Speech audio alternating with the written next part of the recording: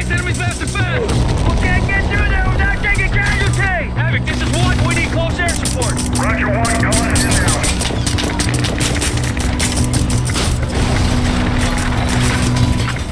This footage we just saw shows us the Navy SEALs in action, the elite group that carries out Uncle Sam's most risky missions.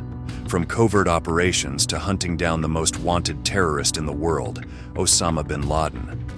In this new installment, we are going to learn in detail about the search they carried out for 16 years to capture one of the worst sadists in Europe, Ratko Mladić, the Butcher of Bosnia. A military leader accused of being the mastermind behind a terrible genocide in which around 8,000 people died and was known as the Srebrenica massacre. Without further ado, let's begin with another impressive episode of Military Force, where we are going to learn about the life of one of the bloodiest men of the last century and his tragic end. Let's begin.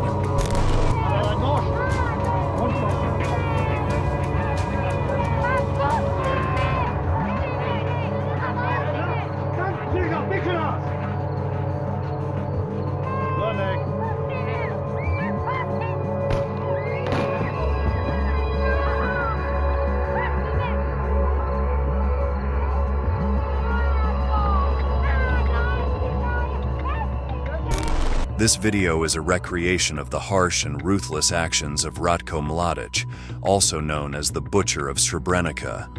In it, we can see the moment when 2 men were forced to leave a house, to literally execute them in front of their family, wife, and children. These were the tactics of Ratko Mladić, heartless, violent, and unpunished.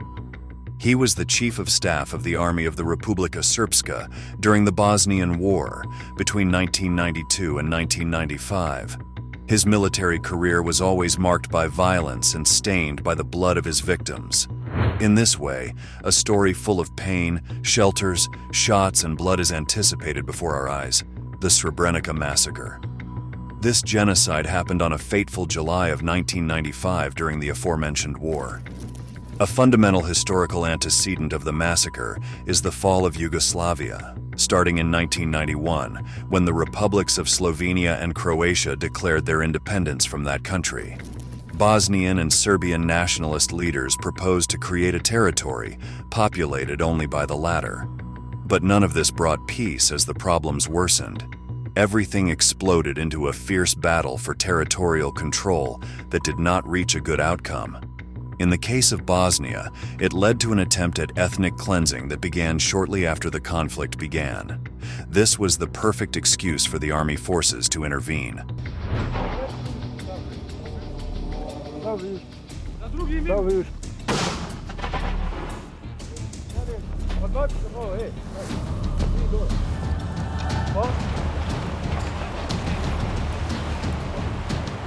Between 1992 and 1995, the territory was at war, and during those years various violations of the human rights of the most vulnerable or persecuted groups were committed.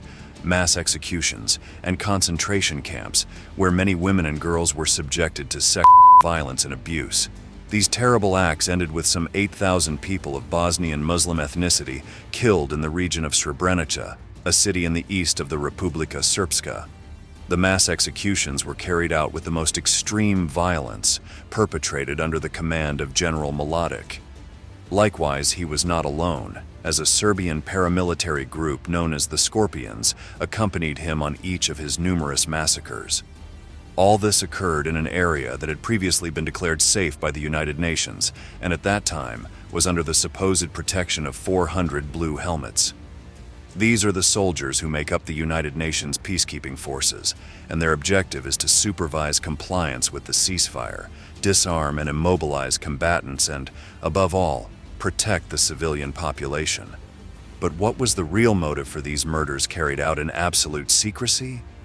Although Ratko Mladić, the Serbian warlord, supposedly sought the elimination of Bosnian Muslim men, the massacre had no real limits, as it included the murder of children, adolescents, and the elderly, without distinction of race or religion.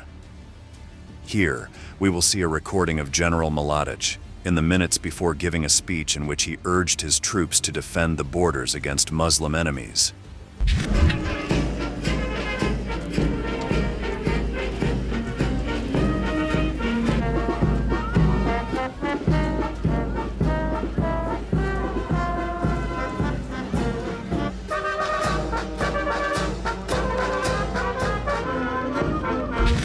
As we mentioned, the attack by Mladić and his men was not random. On the contrary, it had been orchestrated for a very specific reason: to promote genocide and war crimes. The attacks on the civilian population began in 1992. In Bratunac and Zvornik, Bosniaks were attacked and forced to flee to Srebrenica, which, having been declared a safe area, multiplied its community, welcoming refugees from nearby areas. However, despite the fact that most of them were Bosniaks, the army and paramilitary groups from the east of the country decided to take control of the city, expelling or worse, killing any civilian who crossed their path. In doing so, the fatal outcome was inevitable. This was what marked the prelude to the actions of military chief Ratko. Now, we will see a real fragment of how Mladić addressed the displaced Bosnian Muslims. Dugo ste slušali o meni, sad me gledate, ja sam general Mladić. Među vama ima i vojno sposobni. Svi ste bezbedni i sve vas prebacujemo za kladanje. Želimo vam srećan put i doviđenja. In the images we have just seen, Ratko Mladić was coordinating the transfer of the civilian population, but this was the facade that hid a much darker side. By then, Ratko was already synonymous with war, bullets and blood. People, simple civilians who were displaced from one place to another, were afraid of him.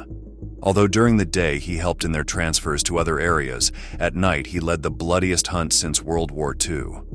Mladić was at the forefront of ethnic cleansing where Bosnian Muslim men of any age were killed. In this video, we see Ratko talking to a group of Muslim civilians who were about to be exiled. He even patted a little boy named Izudin. The most sadistic thing was not the treatment, but having confirmed to these civilians that they would go to a safe place after exile, when Ratko already knew that they would be killed. This is a place where I was with other children when Ratko Mladić came. This is where he gave us chocolate. He asked me for my name, and I told him my name is Izudin. This young man's father was one of the thousands of men killed at Mladić's request during that terrible night in the Srebrenica massacre. This is just another example of his bloody actions, because even though this was a safe zone, the agreements to keep it without battles were broken. Wrapped in an unprecedented thirst for territorial power, the Bosnian Serb armies issued a statement on April 13, 1993 to the UN High Commissioner, in which they warned that they would attack the city once again. And so they did. Next, we will see a fragment of the paramilitary forces occupying and shooting in the conflict zone of Srebrenica.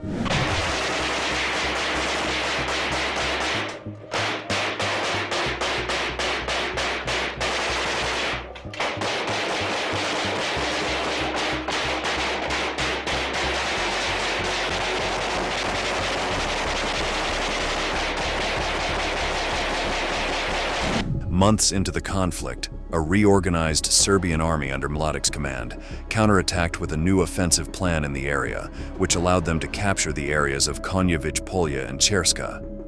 Now, Srebrenica was separated from Zepa, a village in eastern Bosnia and Herzegovina, the most conflict-ridden area.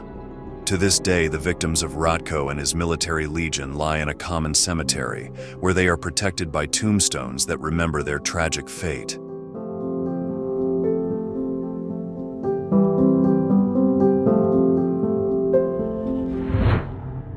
In July 1995, an international arrest warrant was issued for Ratko Mladić.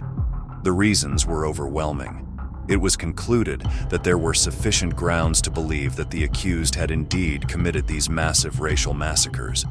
Mladić was indicted by the International Criminal Tribunal for the former Yugoslavia on charges of genocide, crimes against humanity, and numerous other crimes including sniper shooting campaigns against civilians in Sarajevo and other parts of Bosnia and Herzegovina. However, he was declared a fugitive by the court. Suspicions about his whereabouts focused on Serbia and the Republika Srpska. Later reports revealed that he had taken refuge in his war bunker in Han, not far from Sarajevo. By December of the same year, the Bosnian War was coming to an end and Mladić fled to Belgrade. There he lived in an upper-class suburb protected by Slobodan Milošević, former president of Serbia and the Federal Republic of Yugoslavia. His brutality caught the attention of the United States government, who offered a $5 million reward for his location. For years, Ratko's whereabouts went unnoticed. No one really knew about him.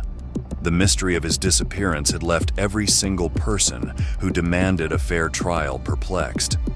However, in February 2006, a Serbian military intelligence report was leaked to the press that Mladić had hidden in military installations until 2002 and then simply vanished again.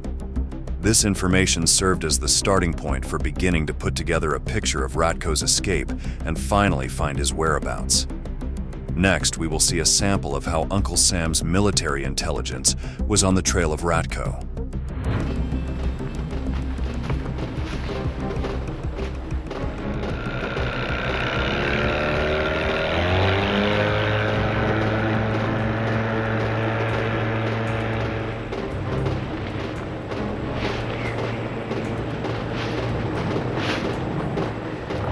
According to initial government reports, Mladić had moved to northern Serbia under a false identity.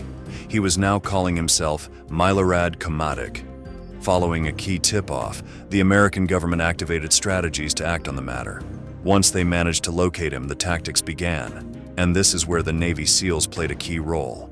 This elite force group, created in 1962 in order to facilitate covert operations abroad, has been key in several captures. And although it was a well-kept secret for years, its operations are now public knowledge. The files have been declassified. This is a story that belongs to the classified reports of the Navy SEALs. Okay, gentlemen, listen up. Our mission is to provide communications and surveillance support for the British 22 SAS. We will jointly and covertly infiltrate the Praetor region of northern Bosnia to capture 3 persons indicted for war crimes. The person we just heard from is David Petraeus, a retired military officer who was then a brigadier general in the army. When he was in Sarajevo, he was fascinated by the methods of the local special forces and insisted on going with them on a night raid. In the middle of the night, Petraeus and his military corps paid unannounced visits to Ljiljana Karadzic, the wife of the feared fugitive. All this with the simple aim of making her nervous so that she might reveal the fugitive's location. One of the most spectacular anecdotes was that of the Delta Force soldiers who were stalking Mladic's convoy on a mountain road. One of them was dressed in a gorilla suit. The idea was that Ratko's bodyguards, known as the Preventer, would freeze in their tracks at the sight of the strange animal and be forced to slow down their vehicle, but they never stopped. Despite the original strategy, the plan was not successful. Still, its protagonists remember it with humor. Here we will see another spectacular fragment of the recreation of how the soldiers stalked Ratko.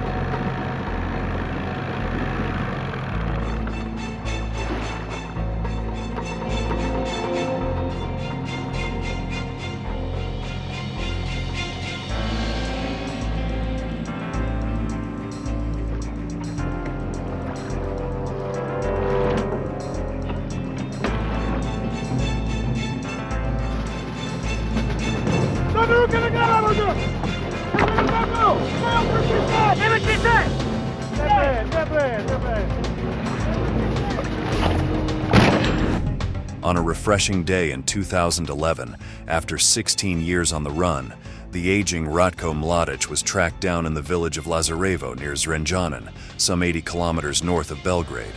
He was discovered when his ID card, with his real name and surname, was found by chance by the Serbian police. And from that moment on, his home was under surveillance for 2 weeks until 3 special units raided his house. Although Ratko was carrying 2 pistols, he knew he could not flee, and of course, he did not resist arrest. Thus, the forces did not have to use their weapons or their war equipment. Đorđe Vukadinović, a former member of the National Assembly of Serbia, was happy with the news of Mladic's capture. For more than 5 years, he had been under pressure from the most important rulers in the rest of the world. This arrest symbolized him playing in the big leagues of politicians who would forever be remembered for a feat. Besides, if it really was the missing general, his hunt would be the culmination of his entire political career. And so it was. The success of this feat was truly spectacular, as the whole world was watching this event, and George Vukadinovic had the world at his feet. Ratko Mladić, the eternal fugitive, the warlord, was now captured. And with nothing else to do in his defense, he was driven in a police patrol from Lazarevo to Belgrade. Once placed in the hands of justice, there was no turning back. His arrival at the court and trial were irrevocable. Now we are going to see images of the lengthy process of Ratko and how he received the accusations. Under count 1, Mr. Mladić, you are charged with genocide, punishable under Article 4.3a of the statute. No, I'm not going to listen to this. I'm not going to listen to this at all. Without my lawyer, I'm not going to listen anymore. Ratko was classified as Europe's biggest murderer since World War II by the International Criminal Tribunal for the former Yugoslavia in The Hague, Netherlands. In 2017, a UN court upheld the life sentence imposed on him for the genocide in the Srebrenica area, a confrontation in which around 8,000 Muslims died, among many other war crimes and crimes against humanity. The verdict also shot down one by one the arguments of his defense for possible freedom with the request for Mladić's acquittal or an imminent reduction of the sentence. They had even requested an annulment of the trial due to his condition as an old man, but none of that prospered. Finally, we will see a final footage of Ratko's trial with the testimony of a survivor. We were instructed to form 3 lines and to lay down in this puddle of mud and water. I was laying down next, my dad was on my left-hand side and my uncle was on my right-hand side. And as I was laying down, they ordered us to, all the women and children, to get up. And at first I didn't want to get up because I was afraid to separate from my dad. And he told me to get up. I told him, no, I don't want to go without you. And my uncle insisted. He says, get up, you will survive. Imprisoned and without escape, Mladić is now considered one of the cruelest and most ruthless generals in history, especially for his very particular role in the Bosnian War. Ratko Mladić was not only commander of the forces during the conflict that bled Bosnia between 1992 and 1995, but he will also be forever remembered as one of the worst genocidaires in Europe since World War II. In this way, we have reached the end of this report. If you liked our content, we invite you to subscribe and activate notifications for our channel. Without further ado, we say goodbye. Until a new and spectacular installment of our channel called Military Force, thank you for joining us.